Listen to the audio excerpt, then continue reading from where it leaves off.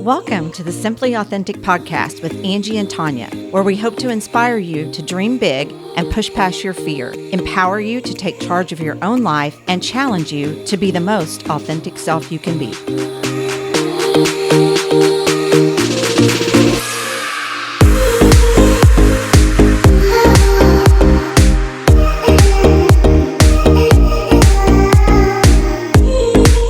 Welcome back to the Simply Authentic podcast. I'm Tonya Murfin. And I'm Angie Mullings. And today we have a guest in studio. Very excited to have Michelle Billionis with us, owner of Coffee Ethic and Cherry Picker. So welcome, Michelle. Welcome, Michelle. Thank you for having me. It's an honor. Yes. I'm excited. So why don't you just kick us off and tell us a little bit about yourself and where you're from, anything you want to share with our listeners. Okay. Well, I am the fifth child of 8 children, born and raised in a small little Catholic town in Garden Plain, Kansas. Okay. I basically was a very active kid. I think my mom just told us to all go outside and and play. And so I was very much into hanging out outside and very into sports and, nature. And so then basically, to make a long story short, I ended up going to school in Western Kansas, Garden City Community College, to play basketball there and volleyball, and had a great time there, met a lot of amazing people. Had a little stint in Florida for a little while after that, where I went to school there and lived there for a minute and then came back to the Midwest. It was just calling me back, and ended up graduating at Pitt State University in Pittsburgh, Kansas. Okay. So, and then, met my late husband there, and we ended up moving to Wyoming, and I was a teacher there, and my husband I also did work for Fellowship of Christian Athletes. We kind of did it together, but he was full-time working for Fellowship of Christian Athletes. And so we were in Wyoming for 7 years, and then moved to Tucson, and then we decided to start the Coffee Ethic. Gotcha. Okay. So why Springfield? How did you get here? Well, Springfield was such a great location because it was far enough away from family, but like close enough to be able to visit. And, and we just kind of, we knew enough about Springfield that we kind of had fond memories of it. And, being in Pittsburgh, Kansas, not far. Yeah. And then also the partners who started the Coffee Ethic with us, they also work for Fellowship of Christian Athletes, Jim and Tina Hamilton. And their son and daughter, I believe, went to school here at the College of the Ozarks. And so they were like, it's a great area. And so they were doing some kind of research for us. And we were doing distance, research from Tucson, and just decided this would be a great place to raise our family and stay for a while. Mm-hmm. Right. And so here I am 16 years later. I love it here. Yeah. So what led you to open Coffee Ethic? Well, occupation wise, we were just finding ourselves on a different path with the occupation of Fellowship of Christian Athletes, and we were just, wanting something new. There were parts of it that were just taking us on a different spiritual journey, and some of it felt like, basically that's the root of why we started that, because a lot of times in that kind of industry or organization, you feel like there's an ulterior motive of I have to start these relationships with people so that they can, get from point A to B, and it felt a little bit disingenuous and it wasn't as fulfilling as it used to be. And so it was let's try something new. And so it was let's do a for-profit thing, because it was always a struggle to raise money and whatnot. And I was able to teach. And so we kind of shifted gears and thought, my husband was really into the community surrounding coffee shops, and the Starbucks guy, that guy, he talks about third place and being not your work, not your home, but a third place where you can build community, you can learn about what's going on in your community, get to know people. And that really drew both of us in. And then there's an art and culture that goes along with that we just loved. And so we're just hey, we're not getting any younger. Let's go for it. And so we talked with Jim and Tina.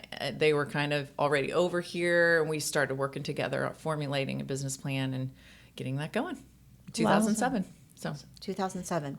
Okay. So for our listeners who may not be familiar with either of your businesses, why don't you tell our listeners a little bit about the Coffee Ethic and Cherry Pickers and what they can find there. Well, the Coffee Ethic, I'll start with that because that started in 2007. And the Coffee Ethic is a quote unquote, quote, third wave specialty coffee shop. And so it's a little bit different than the typical coffee shops, whereas it's, uses direct trade sourcing for the coffee. And we aim to get to know the farmers and to honor their work because they do a lot of hard work and thought goes into how to plant the coffee beans to make it have a unique flavor. Much like wine, there's the soil content in the terroir of the soil that gives the plant these certain unique flavors. And so we wanted to bring that to the Midwest, to the Coffee Ethic. And our whole mission was, based around quality cup, the people, all the way from the farmers all the way to the customer that drinks the coffee, to earth. And the earth part was a lot about let's take care of our earth while we're doing this. Let's consider not throwing everything in the landfill, and and that has always been a staple of our mission throughout, and we're always trying to do better and be leaders in that way. But so it's a specialty coffee shop, but we also sell fruit smoothies, and we have beer on tap and wine and cocktails, coffee cocktails, and we have made to order breakfast, and we have the same high quality consistency with anything we serve, and hopefully the customer service also reflects that. And so that's what the Coffee Ethic is. And let's see, so then the Cherry Picker Package and Fare is something that my husband actually had just opened right before he passed with a friend of ours, Josh Widener. And I tease Josh that, he didn't really sign up to be working with me, but now all of a sudden he's working with me, and he's been so awesome, generous, and kind, and fun to work with, and has such great ideas. So the premise with Cherry Picker Package and Fare is it's kind of a place where you can go in and get packaged liquor or wine and by the bottle, and you can get other things like that, that you might want to take home and serve right away. And then, but also we sell sandwiches and salads and breakfast items, bagels and whatnot, and everything's fresh and local, as much as we can local. Sure. And it's a great little corner, Pickwick and Cherry, where there's all kinds of great companies there, or businesses, Tie and Timber, Team Taco, Scully's. There's T-Bar and Bites. Colleen's been there forever, and it's just such a cool little neighborhood vibe. And so that's what that is. And it's a lot of fun. Love it. Yeah. And so what year was that Cherry Pickers? 2016. Okay. I was wondering how long it had been there. Yeah. I love that little store. And I met, the couple of times I've been down there and bought wine, I have met people there, just start up a conversation, and there's always a commonality, and met a guy that was buying some wine one night, and he said, this is the only place I can get this. They order this for me. I'm like, well, now I need a bottle of that. So I just wanted to give you a compliment there, that it's a great, great place. It really is. For community. Because it's so quaint and small. Yes. And you kind of can't help but meet your neighbor, right? If you sit in there, you have to. Right. Yeah. You said a whole lot there that I want to dig into a little bit, but one thing is I wasn't aware that it was sourced the way your coffee was sourced the way it is. Have you been to the farms where your coffee comes from? I have had such a great time. I got to go to Colombia and met our farmer there that we use a lot, Rodrigo Sanchez. He has a lot of coffee that we put in our blends comes from him, different farms that he has. He has several, and what I love,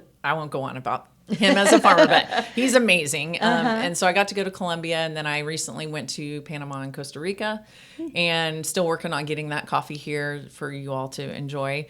But then previously, my husband went to El Salvador, Guatemala, Brazil, and then one of my managers went to Brazil and Honduras, El Salvador. So we've gone several times, and you develop relationships, and you don't always have to go every time, but it's really nice to touch base and kind of see what they're doing now, new processes with the coffee and new farms. And sometimes you can meet really small farm and get a batched, a bit of coffee that is really unique. Yeah. And if you don't go, you don't really get that opportunity as much, I would say. Sure. I'm no expert on all that, but I really do want to dive more into that part of it and go more and source more and learn more about the farmers. Yeah. Makes sense. See how we can help too. Not Yeah. that they always need our help. They don't. But just collaborating Yeah. on things to be For sure. for us all to be better, you know. So. Yeah. Yeah. Awesome. So, what has been your biggest struggles in either business or both businesses? Tell us what a hurdle has been.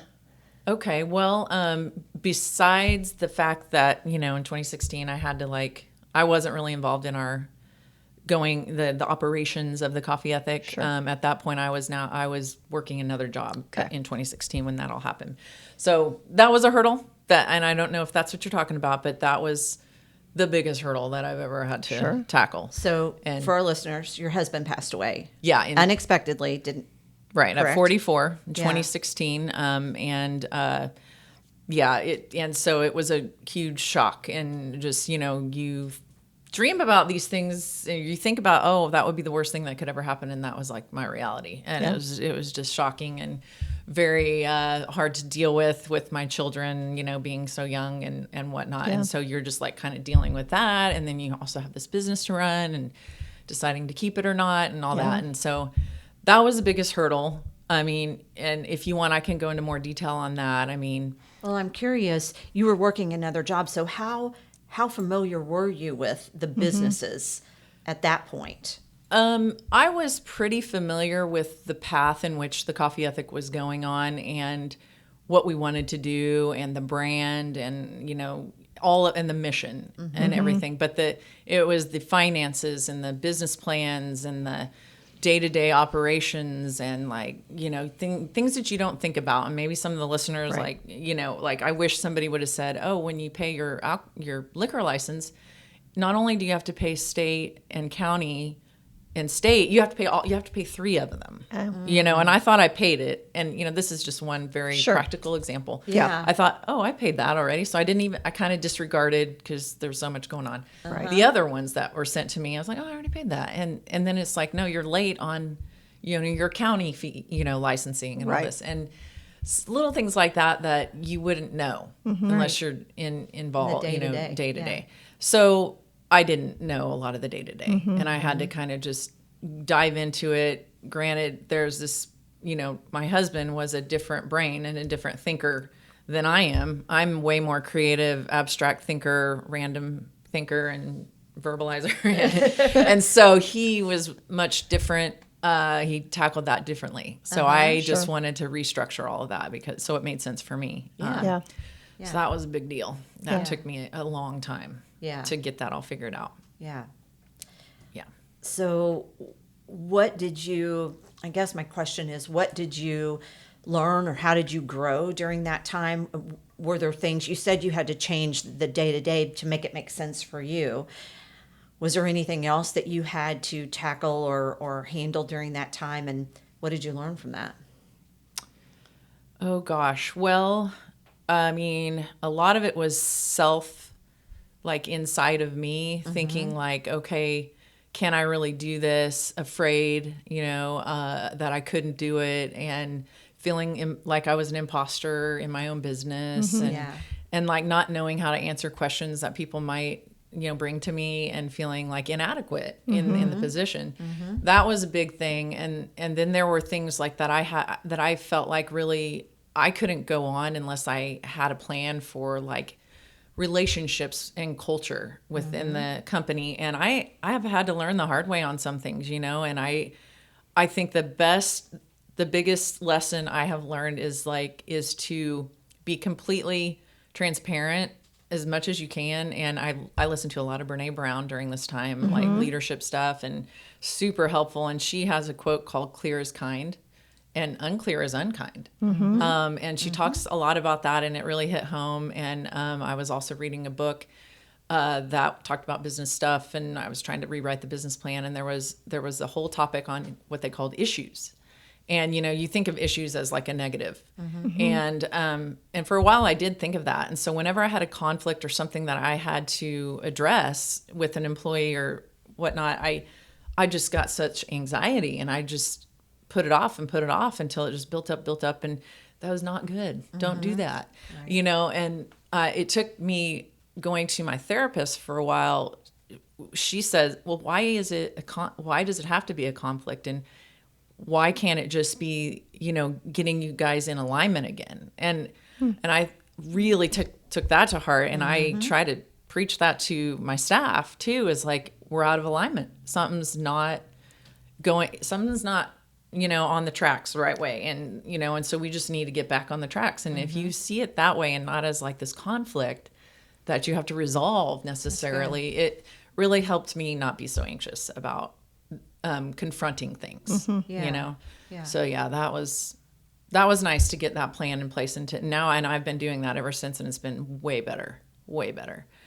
I'm trying to think of another, well, obviously COVID 20, I don't even know how many years that lasted, but but anyway, multiple. It's all a blur. But I mean, cool kids on staff. They were adults, but I had a great staff, and they, we talked about trying to figure out how to get the coffee to the people, since the people weren't coming to the to going anywhere. And so we just used our social media and website platforms to develop ways to get the coffee. I brought you guys some spice vanilla oat lattes and some ribney in bottles. You're welcome. Yeah.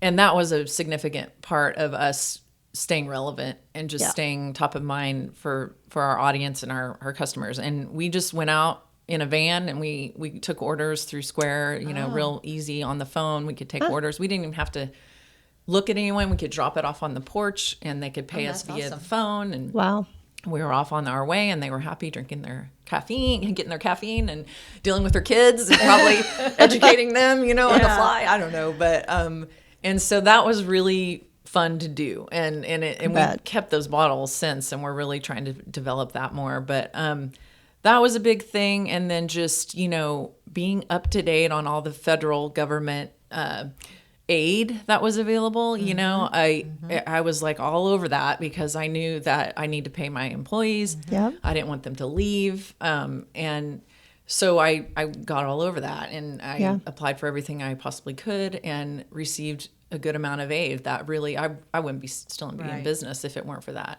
Yeah. So those were the two significant things that happened during COVID that were difficult, but I'm glad that you mentioned that you applied for all the aid, you got it, you used it in the right fashion, because I think that a lot of us heard all the negativism around people asking for the aid at that time and maybe receiving an abundant amount and maybe not using it for the right purposes. There was a lot of that talk.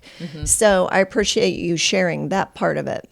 Yeah. I think it's important for us to realize that, there were a lot of people like your business who can't, if your doors are shut, you're shut. There is no coffee being sold, and you have to reroute and figure out how you're going to sell the coffee. Right. Yeah. Right. Yeah. We wouldn't be in business if it weren't for the aid. I'm so grateful for it. So. Something that we've heard kind of over and over again as we've been interviewing entrepreneurs, we're 3 years, I guess, past COVID when it actually happened. But what we've learned is the people who started something new, adapted their business to fit a need during that time, they're still continuing to do today. I mean, you're still bottling your, maybe that would have never come up had it not been for COVID, and in every adversity there's an opportunity, right? And so you found something. Yeah, so true. I mean, you have to adapt I think every year, even if it's not a major thing like COVID, I mean, to keep it fresh too for people. They want to see that you're know what's new out there, and are listening to the audience and just the world in general. And so, but yeah, it was really important to adapt, and it still is. And I'm just really thankful we have a staff that thinks, outside the box. And I mean, I try not to micromanage, and I try to listen to my staff, because they're all different ages and they're a lot younger than me. And and I have kids who are like their age now, and I just think they have a lot to offer, and they do. They end up making our business so much better. I mean, that's probably one of the best things that I could have ever done and have done is to listen to them and let their ideas be seen fruition, to love that. be played out and to aid them in that. And they've done some really cool things and will continue to do some really cool things. So, Do you think that was part of your original business model, the collaborating with your staff? And I know when you start a business, maybe that's not, written in the plan, but were you collaborating with them when you opened? Was your husband? Mm-hmm. And then were you, when you took it over in 2016, was it part of your efforts already? I definitely think that was a thing that my husband started. He was very open-minded and listened to, and was like all about, let's do this thing. If you think that, and listening to it, and if it seemed valid and like a good idea, then he was very encouraging. I mean, I remember he let one of our first baristas, Ian Van Hover, I think he and a friend wanted to start a bagel sandwich company inside our shop as a separate entity. And we went with it. It was the Brown Bag Bagel Company. I don't know if any of y'all remember that, but it was short-lived. But I mean, it was fantastic. Really good quality bagel sandwiches, Chicago style bagel sandwiches. Anyway, so that was one. That's a good example of how Tom did that, and he figured out a way to make it work and help them get their LLC on that and all that. Yeah. And then I mean, the bottles are something that my staff came up with. And I was like, okay, let's do this. And they were like, okay, we can get the bottles here. And we got the bottles from Mother's Brewing Company and still do right now. And that's just so fun. And I just love like heading on over there and seeing people that I know, from Mother's and just knowing that it's a collaborative, cool, small business thing is fun. Yeah. So, but listening to staff is just, and it gives them,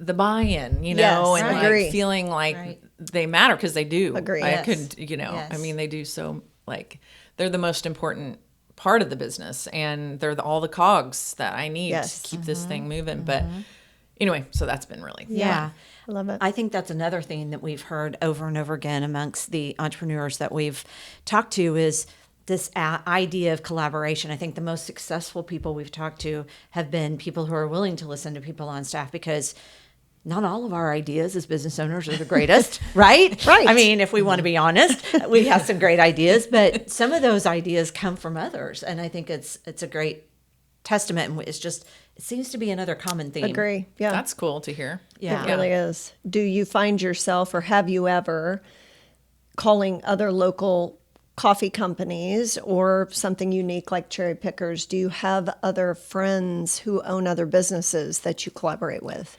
I want to do more of that, and I'm working on that a little bit more now that I feel like my head is above water a little bit after like 6 years. It's like, because you can learn so much from others, and I know that's something that I wish I would have done differently when I was starting in 2016. Is like maybe reach out more to people who already have been through it and know how to do this thing, and then also just to know the pain points that there's something about, I was just talking about this with my manager this morning, that there is something comforting knowing that somebody else is going through the same thing as you. Agree. It's like you just feel comforted by that, and I think I want to reach out more. But our coffee community showed up for us big time when my husband passed, and like there were people from Kansas City that we've been friends with forever, and that showed up big time. People in St. Louis and like a bunch of different coffee companies that helped us out and donated roasted coffee because nobody could roast during that time and whatnot. And so, but locally, we've done a little bit with a couple of the companies. Like we did a whole thing where we were trying to do a thing with Walmart. It turned out not to be so great. But it enabled us to have to, we don't have time usually to like talk to one another. And we were kind of forced to communicate. It was really nice. It was like, oh my gosh, we should do something together. And I'm planning a latte art competition soon in September, where I want all of the coffee shops from town, you can apply, a barista can come in and like get a ticket and then they can compete.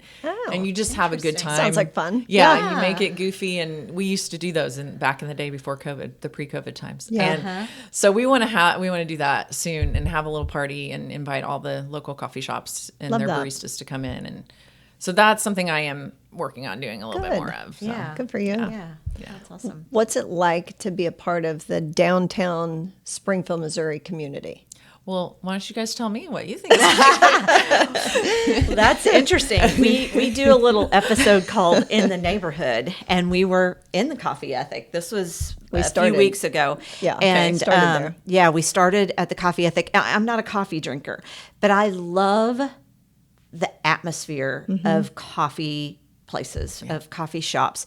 Well, in general, I do. But you can definitely get a different feel, just like any place, any bar, any restaurant. Everybody's got their own atmosphere, right? So I really did enjoy being there, and I had tea, which is what I drink. But we loved being in there and seeing people come there to work, and so the vibe was cool. Like I said, I can't comment on the coffee. I'm sure it's wonderful. Coffee was amazing. Yeah. Thank you. I still love you, by the way. It's okay. Yeah. Well, I mean, downtown, I absolutely love it down there. It feels like it's not so big that you feel like a number or whatever. I mean, you really do know people around and you see familiar faces. But what I love about it is there's a lot of different, it's so eclectic. Yes. Like you may never know, one day might be completely different than the next. Yeah. Like, I mean, you have to be on your toes, and you'll see something you've never seen before. I mean, you will, and guaranteed it. And it just keeps you on your toes, and we have a pretty good attitude about it. And we see everyone that comes through our door, and we really work hard on being curious about them and what they're about and where they came from. And I got to tell you, we see all kinds, all ages, races, everything. Sure. I love it. Yeah. I love it. And it keeps me on my toes as I'm getting a little older, and I can, be, what's the word? Aware and not like blind to some of these things that are important to younger people, and try to, and it helps that I have children that are in their 20s, but they're like, no, Mom, this is why this is, and this is why it's important to us, and blah, blah. And I'm like, okay, well, if it's important to you, I can respect that, and please have grace for me, because I may not do it correctly all the time, but I'm trying, and I see the importance of it, and so I just love downtown, and everybody there is, I mean, like the businesses and everybody are trying to really improve and do their best work, and it's a lot of independent, little restaurants and shops that are like doing something so unique, which, that's unfortunately some of those have, gone out of business. And I hate that, because I think that's what makes Springfield, especially the downtown, so unique. Yeah. Right. And we don't have like an Olive Garden smack dab in or, chains or whatever. Right. And so you get a unique experience that you won't get anywhere else. Right. So I love that about downtown. Yeah. Well, one thing I forgot to mention was your staff was great too. Very informative, very, very pleasant. So I enjoyed being That's in awesome. there. Absolutely. I love hearing that. And I try to share that whenever I get a little thing online about how great they were. And I try to share it with them. They are fantastic. And I love them. Great. Yeah. So what's next? Anything coming up that you're working on? Well, there's lots that we're working on with the Coffee Ethic. We're trying really hard to get, those bottles or cans of our drinks in your hands here locally everywhere. We're trying really hard to do that. This, whatever you want to call it, recession has not been fun lately. And so we're having to be like pause or delay some things, which is, unfortunate, but still working on that. I mean, we have a lot of plans in store for the Coffee Ethic. I'm very excited about that. We're getting ready to release our new website, which will be super duper duper user friendly, Cool. and beautiful, absolutely beautiful. Because of my staff, and so that's coming out very soon. Look for that in August, and I think you will find like 1, 2, 3. I've got my coffee on my doorstep. Awesome. It should be super easy and quick, and other things too. And then the latest and greatest thing is. There's a business that Josh and I are involved in called Loose Goose, and it's going to be a coffee and cocktail drive-through situation over, it's as part of the Grant Avenue Parkway thing, and it's going to have 6 pickleball courts on site and other games and outdoor activities, and it's going to be predominantly outside, but with some covered patio area, and I'm super jazzed about that. That's mean, awesome. it's like Josh is so good at all the cocktails. He owns Good Spirits and a bunch of other really fantastic places downtown and in Springfield. And his expertise and his brother's expertise, and then I'm in charge of the coffee, and then Josh and I do really, we collaborate very well on food, and we have the same mentality when it comes to quality and what we want, and so it's going to be exciting, and I'm pumped about having a drive-through for people early. If you want to go grab some local coffee, you can instead of. I won't list all the other ones that aren't local, but there's a lot of them popping up in Springfield, and I'm sure they're great. But I would love to be able to have that offering for people for a local coffee option drive-through. So that's exciting. It's called the Loose Goose, and we're going to break ground in August and hopefully open fall. Okay. So I love it. Love it. Can't wait. Yeah, I'm excited. That's fun. Yeah. We'll take a day trip down there. That sounds great. I'll meet you there. Okay, exactly.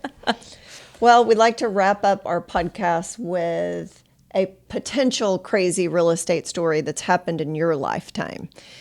Do you have anything fun, funny, sad, scary related to real estate? Goodness. Crazy real estate story. Oh, I've only been in a few homes.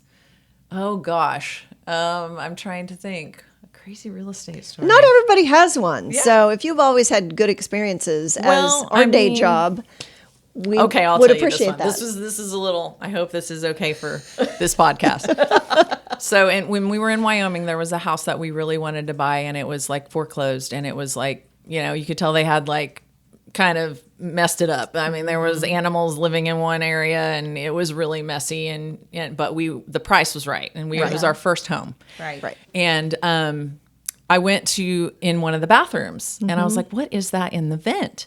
That's interesting. So I take the vent hood up, or whatever, the cover, the grate, and I look in there, and I pull out what appeared to be a page out of a Playboy magazine. Is that okay for this podcast? Yes, it sure is. And I was like, oh, that's interesting. And, we just laughed about it. And I showed my husband, and it was like, oh my God, I don't know what went on in this house, but I'm whatever it is, we got it. It's a good price, and we did well in that house. It was good. And foreclosures are always iffy. You never know what you're going to find in a Never foreclosure. know. I didn't expect that. Yeah. Did not expect that. Somebody hid that thinking no one would find it, and probably got it out often, maybe. Exactly. I'm Taken somewhere imagining. else. I didn't go there. That's where mine would do. Oh my. Well, that's okay. That's great. Well, thank you, Michelle, for this very entertaining conversation. We've learned a lot, I think. So. Absolutely. And I'm anxious for Coffee Ethic, Cherry Pickers, and the Loose Goose to gain momentum through the years. Really excited. Yeah. Thank you so much. Thanks for having me. It's been so Thanks fun. for coming. So fun. You bet. Thanks for listening. Thanks for listening to the Simply Authentic podcast. Follow us on Facebook and Instagram. Be sure to listen to us on your favorite podcasting app.